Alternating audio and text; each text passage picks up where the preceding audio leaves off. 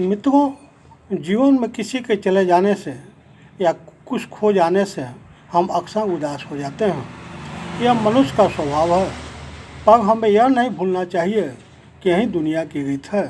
जब जिस समय हमारे पास जो है वह अनमोल है। इसी पर आधारित है फ्रांज काफ्का, जर्मनी के एक प्रसिद्ध साहित्यकार की एक कहानी, एक गुड़िया की कहानी। अपने 21 साल के जीवन काल में उन्होंने अनेक कालजयी रचनाएं लिखी। जीवन के अंतिम दौर में व्यक्तिगत अनुभव पर उन्होंने कहानी लिखी, फ्रांज काफ्का और एक गुड़िया की कहानी, जो एक छोटी लड़की के लिए लिखे पत्रों पर आधारित थी। बर्लिन के स्टेगार्टेज पार्क में टहलते हुए एक दिन उन्हें एक रोती हुई बच्ची मिली। काफ्का ने उसे रोने का कारण पूछा तो लड़की ने बताया कि वह जिस गुड़िया से खेल रही थी वह इसी पार्क में कहीं खो गई है। काफ्का ने उस बच्ची को उसकी गुड़िया ढूंढ लाने का आश्वासन दिया, जिससे वह बच्ची चुप हो गई। काफ्का ने गुड़िया ढूंढने के लिए समय मांगा और फिर दूसरे दिन गुड़िया लाने का वादा करके वहाँ से चले गए, पर गुड़िया ना तो काफ्का को मिली और ना ही उस लड़की को। काफ्का ने गुड़िया की तरफ से एक काल्पनिक पत्र उस लड़की को लिखा और जब वह लड़की पार्क में गुड़िया पाने की आस में आई तो काफ्का ने वह पत्र उस लड़की को पढ़कर सुनाया। पत्र इस प्रकार था: कृपया रोना मत, मैं दुनिया घूमने के लिए निकली हूँ। मैं समय समय पर अपनी यात्रा के बारे में तुम्हें लिखती रहूँगी, बस तुम रोना मत। अब काफ्का नियमित रूप से उस खोई हुई गुड़िया की तरफ से काल्पनिक पत्र लिखने लगे और लगभग रोज ही उस लड़की को पढ़कर सुनाते, जो कि यात्रा का काल्पनिक वर्णन हुआ करता था।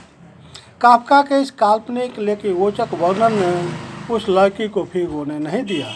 वह खुशी खुशी अपने गुड़िया की घुमक्कड़ी के किस्से सुनने लगी। वह अब खुश रहने लगी। एक दिन जब काफ़ी कहानियाँ हो गई तो फ्रांज काफ्का ने एक दूसरी गुड़िया उस लड़की को लाकर दी। जाहिर है वह गुड़िया बदली हुई थी। उस लड़की को अपनी खोई हुई पुरानी गुड़िया जैसी नहीं लगी तो वह काफ्का की ओर देखने लगी। काफ्का अनजान बनते हुए गुड़िया में चिपकी एक चीट को निकाल कर पढ़ने लगे। उसमें लिखा था: यह मैं ही हूँ, तुम्हारी वाली गुड़िया जो पार्क में खो गई थी। दुनिया भर की लंबी यात्रा की वजह से मैं थोड़ी बदल गई हूँ और काफ़ी थक भी गई हूँ। लड़की को इस गुड़िया और काफ्का पर विश्वास हो गया। वह गुड़िया लेकर घर चली गई। बरसों बाद जब वह लड़की बड़ी हो गई तो एक दिन वह अपनी अलमारी में कुछ ढूंढ रही थी तो उसका ध्यान उसी गुड़िया पर गया जो काफ्का को उसने दी थी। बचपन की बातें याद कर वह हंसने लगी। उसे सब समझ आ चुका था कि काफ्का ने कैसे उसका मन रखा।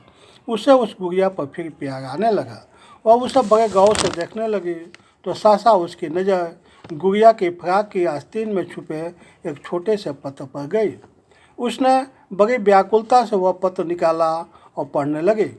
पत्र में संक्षेप में यह लिखा था: हर वह चीज़ जिससे तुम प्यार करती हो कभी न कभी तुमसे खो जाएगी, पर अंत में जो लौट कर आएगी और जो तुम्हारे पास होगी वही तुम्हारे लिए सच्चे रूप में बनी होगी। वो भले ही भिन्न होगा पर प्यार एकदम खालिश होगा।